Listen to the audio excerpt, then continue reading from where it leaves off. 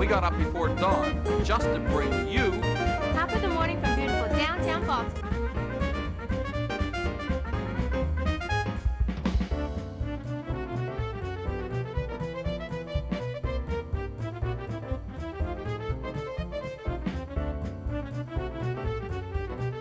Hi, top of the morning.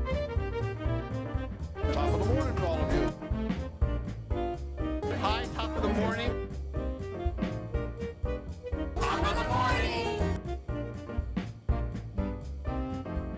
Thank you for joining us for another episode of Top of the Morning. I'm your host, Tina Bird. And I'm Kevin Costello. And today, our wonderful guest is Raven Black. We're going to be here with a great film director, so don't touch that dial. We will be right back. You've got nothing to lose. Won't you let me take you on a sea cruise? Ooh-wee, baby. Captain Larry is on the bridge, ready to begin your harbor cruise. That's fine, sir. Your tour begins in Baltimore's historic harbor, a short puddle jump from the Maryland Science Center. As we sail out of the harbor and throughout the cruise, you'll learn little-known facts, like did you know we're not in the Chesapeake Bay? We're sailing along the Patapsco River. From our starboard side, that's the right side for you land lovers, we'll see Federal Hill, where the federal Constitution was ratified and where modern-day revolutionaries like to party all night. The really hip museum on the right is called the American Visionary Arts Museum. To display work here, you have to have raw talent, no formal training allowed. Around the bend is the old Bethlehem Steel Shipyard, which built Liberty ships during World War II. The Harbor View condos are built where the shipyard used to be. The Baltimore Museum of Industry highlights Charm City's contributions to our nation's workforce. Check out Baltimore's first fire tug, which celebrates its 100th birthday in 2006. Got a sweet tooth? Then you'll love hearing about the Domino Sugar Plant. We'll sail beside a true war hero, the naval ship Comfort, which is just back from treating wounded soldiers in Iraq. Oh, say can you see Fort McHenry? This is the birthplace of the Star-Spangled Banner. At the Francis Scott Key Bridge, the captain turns around, but there's much more to see. The Port of Baltimore. The gold domes of St. Michael's Ukrainian Orthodox Church. Fells Point. Inner Harbor East. The Coast Guard cutter Taney, the last ship to survive Pearl Harbor. And as we're pulling into port, there's the world-famous National Aquarium.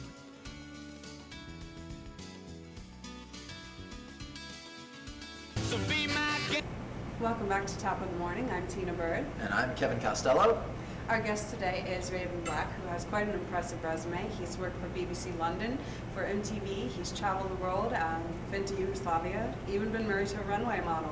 He is the director of a short film called Frantic Mask. Can you tell us the synopsis behind that? Frantic Mask is part of a series which I called the Neo-Trauma, because I believe that human beings are very simple animals, and we've created this over-complex world. So we're adjusting nature to fit our society instead of society fitting to nature. Meaning, like, the simplest way is that we eat 3 times a day, when actually we're supposed to eat like 5 to 8 small meals, but because of the work system, we've rearranged even the way we eat between breakfast, lunch, and dinner, which is not the natural way we're supposed to be. And then another way is, in modern society, I can turn on TV right now, and I can see every atrocity in the world in about 2 minutes. So therefore, we become numb to it, because if you took in what you saw in that 2 minutes, you'd be an emotional wreck. So if I was a Native American during the Black Plague, I'd have no idea that 1/3 of Europe was dead, because I'd be on the other side of the world. So we have compressed all this information, which we have to disassociate emotionally away from, because we can't take it in and emotionally process all the information we get, which is a byproduct of the information age. Not saying that it's a bad thing, but I'm saying it's something to be examined. Oh, okay, interesting.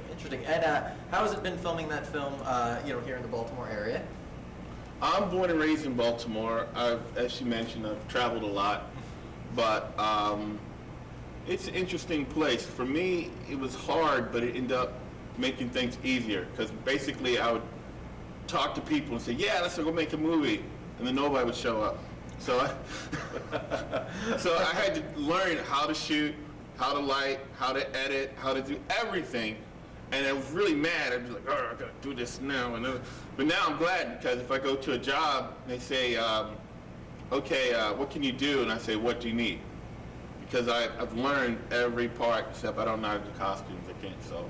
But other than that, if I get hired to do a production, I have a understanding of each part of it. And as a director, I think that's good. I think the director should be like a captain of a ship and should know basically all the responsibilities that he or she is asking somebody to do, so you can have realistic time. Like with editing, if someone's doing CGI and they don't understand that, they might have unrealistic expectations the of computer of graphics. timelines. Yes, and so therefore, even though I'm not a CGI person, I'm learning how to do it, the basics. So one, if nobody shows up, I can do it, but I could correctly explain and understand in the right words and context to someone who is doing that job. Huh. Regular Renaissance man trial by fire. Well, it's just, you do what you got to do. It's Certainly tantalizing work. Absolutely. featuring the lady here. You may not recognize her, but that's her. So you guys have a history, huh? Yes.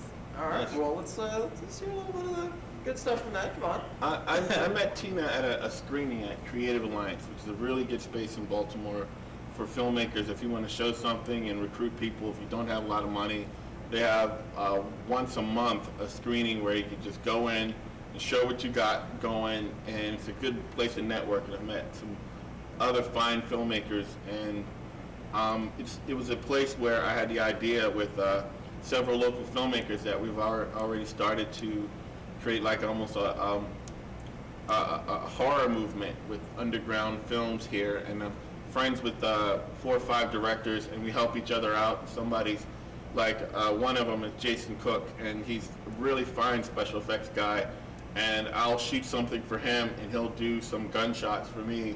And we've been able to network together, and it's really working out, and I'm really glad to see that kind of thing in Baltimore happen, because previously I'm also a musician. People get really cliquish and afraid that somebody's going to get over, and then nothing gets done. And everybody in this little clique is helping each other get to the next level. So I'm very glad about that. Oh yeah, definitely good to cooperate when it comes to making the arts and everything. Yes, and at creativealliance.org, when we met, it was a premiere for a music video by Lauren Young called Pretty Girls, and you showed a short film of yours there that I felt was a little bit Bonnie and Clyde, a little bit more. Can you tell us the title of that and a little bit more behind it? That was called A Neon Reflection, which is part of the same Neo-Trauma series, which is about, I had a friend of mine, and he's gay, and he was infatuated with this guy he never met. So basically, I know when you first meet somebody, they are a canvas in which you project who you hope he or she is. And then as you get to know them, the pluses and minuses, well, not like this, but yeah, that's really cool. And so it's like, think about that completely objectively, like you don't know this person at all. And then I thought about, like, they started up again in the 80s and early 90s before the internet really got on. Late at night, they'd have these 1-800 or 1-900 numbers where you talk to somebody for $6, $7 a minute and have this artificial relationship. And so from there, it came up from a girl I was seeing came to visit me. I was living in Silver Spring, and a friend of mine who visited from New Mexico. We got snowed in my apartment building and got really bored. So instinctually, I shot a film with the 2 of them in my apartment building, just instinctually. And then later, when I was ready to edit it, the other side of my brain kicked in and made sense of what I was doing. When at first I really had no idea. I was like, I want to do this. I don't know exactly where I'm going with this, but it'll make sense later. And it did. And the final edit of that, which was shot in Silver Spring and in Los Angeles, ironically. Wow. Okay. is what I showed, and I'm very into the noir period, post World War II films, which is basically the beginning of the people starting to understand the complexity of human nature, where people aren't good or bad, they're kind of in the middle, but might lean to one way or the other. And I really like the lighting style, which actually came from Eisenstein and then people who didn't have enough lights. And because I like stylized lighting, because I'm like, look, if I'm gonna spend hours doing this, somebody better notice. So that's a major influence of mine, and also two directors who have nothing to do with one another. I'm very inspired language-wise by Scorsese films and some David Mamet, and a television writer who never gets any props named Tom Fontana, who wrote Homicide episodes, and he wrote for an HBO show called Oz, which is basically an existential show about prison. Yeah. So you have like the most gritty, physical, visceral reality, and then on the other hand, you have this really heavy intellectual thing, and then it mixes together, and it makes it not so pretentious. Mm-hmm. And so I really like that idea of something very visceral and something intellectual meeting in the center. Fantastic. And mentioning LA, you've done a lot of traveling. You've worked with the BBC. Yeah, I like I said, I'm from Baltimore, and I met a girl at Micah who made me promise that I'd come visit in this beautiful, wonderful place, my second home, called Slovenia, which is the north of former Yugoslavia, next to Austria, Italy, and Hungary. If you want to look it up on the map. And I went to visit, and I thought it'd be a bunch of mountains and people with shoes, yodeling, and But it was a really wonderful, beautiful country, and I met a Canadian and American guy who take apart mines, because it was right at the end of the war. War wasn't over, but it was close, and the UN peacekeepers had these guys, and what they would do is they'd tell each other jokes.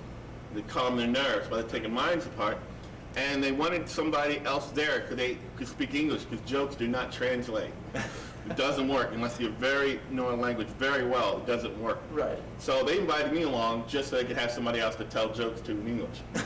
And one of the That's gonna be guys, fun, telling jokes next to high explosives. yeah. One day I was in Sarajevo, and I'm walking on this road with these refugees, and this is in the mid to late 90s, and one of the guys says to me, I really like your country, but I'm very afraid. And he said, afraid of America? Why? He says, because before there was you guys and there was Russia, so you guys were kept each other in check. Now that Russia's gone, you guys can do whatever you want. You can start wars anywhere. Nobody can stop you. And I'm like, nah, that wouldn't happen. Little did I know. So I'm walking on this road, and we're having this heavy conversation. I move off the road, and they're yelling at me, because they love to talk. So I'm like, what? And they're like, you just walked into a minefield. I'm like, oh, I guess I don't have to pay that. So luckily it was muddy, and I backtracked on my own footprints and got back on the main road. Good call. Glad to see you're still in one piece. Yeah. You made it. Yeah, I have. And did they ever threaten you if they were like, if you tell a bad joke while they're dismantling a mine, where they're always like, well, Yeah, that joke really bombed. That joke really bombed. Anyway, Raven, we need to take a break, but when we come back, we'd like to hear more about your music and as the title of your production company, how you found that name. So we will be right back.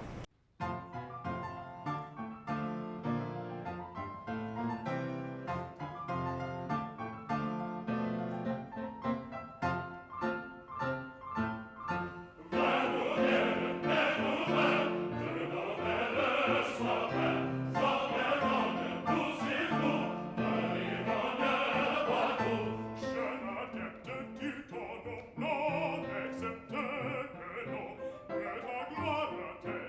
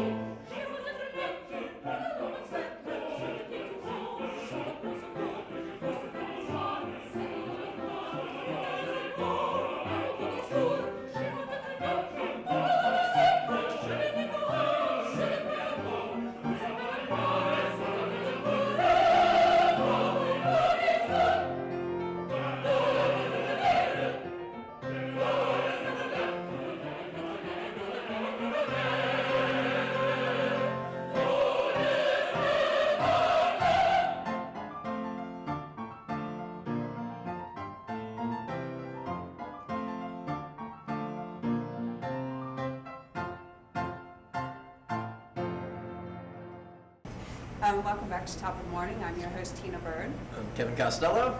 and our guest today is Raven Black. You were telling us about your travels in Slovenia, and we would like to hear more about that. Well, so yeah, I was there with these guys who take apart in mines, and there was a BBC crew there, and one of the guys had just had his first child born, and his wife was like, "If you die there, I'm gonna kill you." A very never valid seen- threat to you. Yeah, very, yeah. Like that old joke about the blonde who went to do a murder-suicide, but she shot herself first, kind of thing. No. That is so Tina, very taking notes? No? interesting. All right. Anyway, so he wasn't able to do it, and he flew back to England, and they were short a guy, and I just happened to be at the right place at the right time, which is very unusual for me. Yeah, clearly. I'm always in the You're wrong walking in place at the wrong minefield. time, and just happen to live through it. So yeah, that's how that happened, and it was a very interesting place to be. Eventually, I'm going to write about it, but I just wanted to have some more space so I could be objective with it. I mean, the Slovene people remind me of, if there was a film, it reminds me of Casablanca, because you have Rick's Bar and you have all the players involved, and everybody's just being civil and pretending nothing's going on. So you got the Nazis over here, and you got the resistance over here, and so therefore there's the Serbs and there's the Croats and there's the Bosnians, and they all live in the North Slovenia, and nobody brings up the war because they're afraid that somebody's going to go off and just start shooting. So nobody talks about it. So I was in a bar once, and this girl was going to get married, and she was like 17, and they're like, "Oh, my husband, my fiance is American." I'm like, "That's cool. How long you been seeing him?" She said, "Oh, about 5 years." And then she mentioned he was the manager for a big band at the time, and that he was like 47. And I was like, "Well, I guess I'm in a different country, but you've been dating him for 5 years. In my country, that'd be illegal." What? I mean, I'm not judging. I'm just saying that you could go to jail for that in the States. Yeah, a little math there.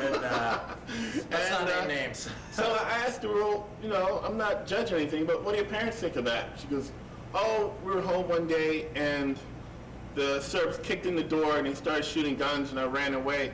And I haven't seen my parents since. Could you pass me my beer, please?" And she said it just like that, with no emotion, she did just like that, same phrasing, obviously with an accent. Well, but yeah, so basically they just don't get into that emotional space because she wasn't ready to go visit that place, and I wasn't trying to make her, so I just handed her beer, and that was that. And there was another couple I met who were literally Romeo and Juliet. It was a Serbian guy and a Bosnian girl, which is unheard of there. So Yeah. it was really interesting to me, being African American, seeing a form of racism where I couldn't tell them apart, but they can tell each other apart. They can. I mean, in Bosnians, I'm like, well, Bosnians are Muslims, so they're probably darker. No, I met blonde-haired, blue-eyed Bosnians, and they're like, "Oh, he's one of them." I'm like, how do you know? And they just always know. wow. So it was very interesting to see a form of racism where I wasn't in the middle of it. Usually, if racism, black men, you're right in the middle of it. And everybody was cool with me, so I could hang out with all these different sides of it without being about me. And it was very interesting because it's the only time in my life I've ever probably experienced that. And we are enjoying hearing these cultural differences and how subtle they can be, and especially to the untrained eye. All right. Well, that was fantastic. Thank you so much for sharing that. So you're telling me stories about everything that you were seeing, over in Slovenia. And I mean, how did that make you feel, just kind of seeing that from an outside perspective? It was very interesting because it made things more theoretical and it was more objective I knew this one guy, I went to his house and was like, "Oh, I am the mighty Serb people," and I was like, "I never heard of you." I said, when I was growing up, Tito was Michael Jackson's brother. That's the only Tito I ever knew.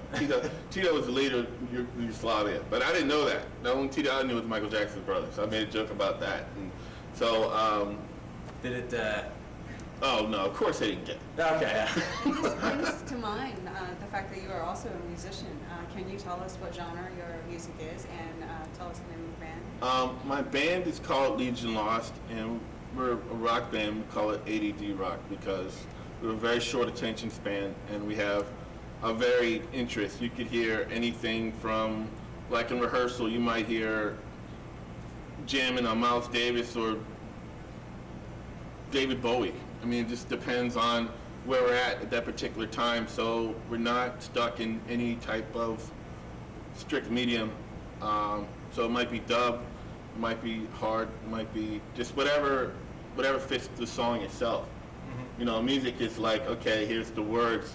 So if I was building a physical space around it, how would it feel? Is it angry? Is it sad? Is it, you know, whatever the emotion is, that's what the music ends up in that marriage to be.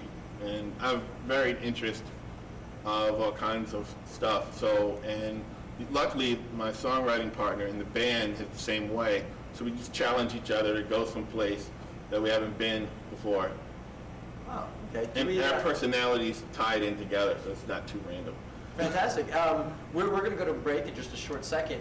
If anybody wanted to, you know, take a listen to your music, where could they find you online or CDs or anything? You can, Legion Loft is on MySpace, and as far as some film clips of mine, it's Raven XX on YouTube. And I'm also on Facebook, Raven Black. You can find there too. Perfect. All right, thank you. We'll be right back after a short break then. We've got a mile of waterfront out here. Actually about a mile and a half. That is perhaps historically some of the most significant waterfront in North America in terms of the things that have been done here, the things that have been caused by the things that have been done here. Fells Point, I think, could very well secede from the city and be happy.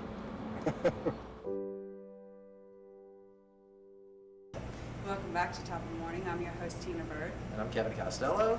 We've had a great time today here with Raven Black. All right, and Raven, so, you know, you're a pretty prolific sounding director. You've been around a lot. Why don't you tell me about some of the stuff that you have coming up in the pipeline, what you're working on now? I'm still shooting Frantic Mask with Tina. Originally it was for premiere. That was for the 21st of October or something. And so I rushed it, and basically I had time to look at it and decided that I wanted to put some more stuff in it that makes it a little bit more wrap around for a wider audience. I mean, like I said, on one level I'm very Scorsese, and another level I'm very David Lynch. So it's kind of a weird combination of those two directors. So people are like, wow, they get an impression and an emotion from, they have no idea what the hell's going on sometimes. And I have a selfish question for you, you know, as an actor.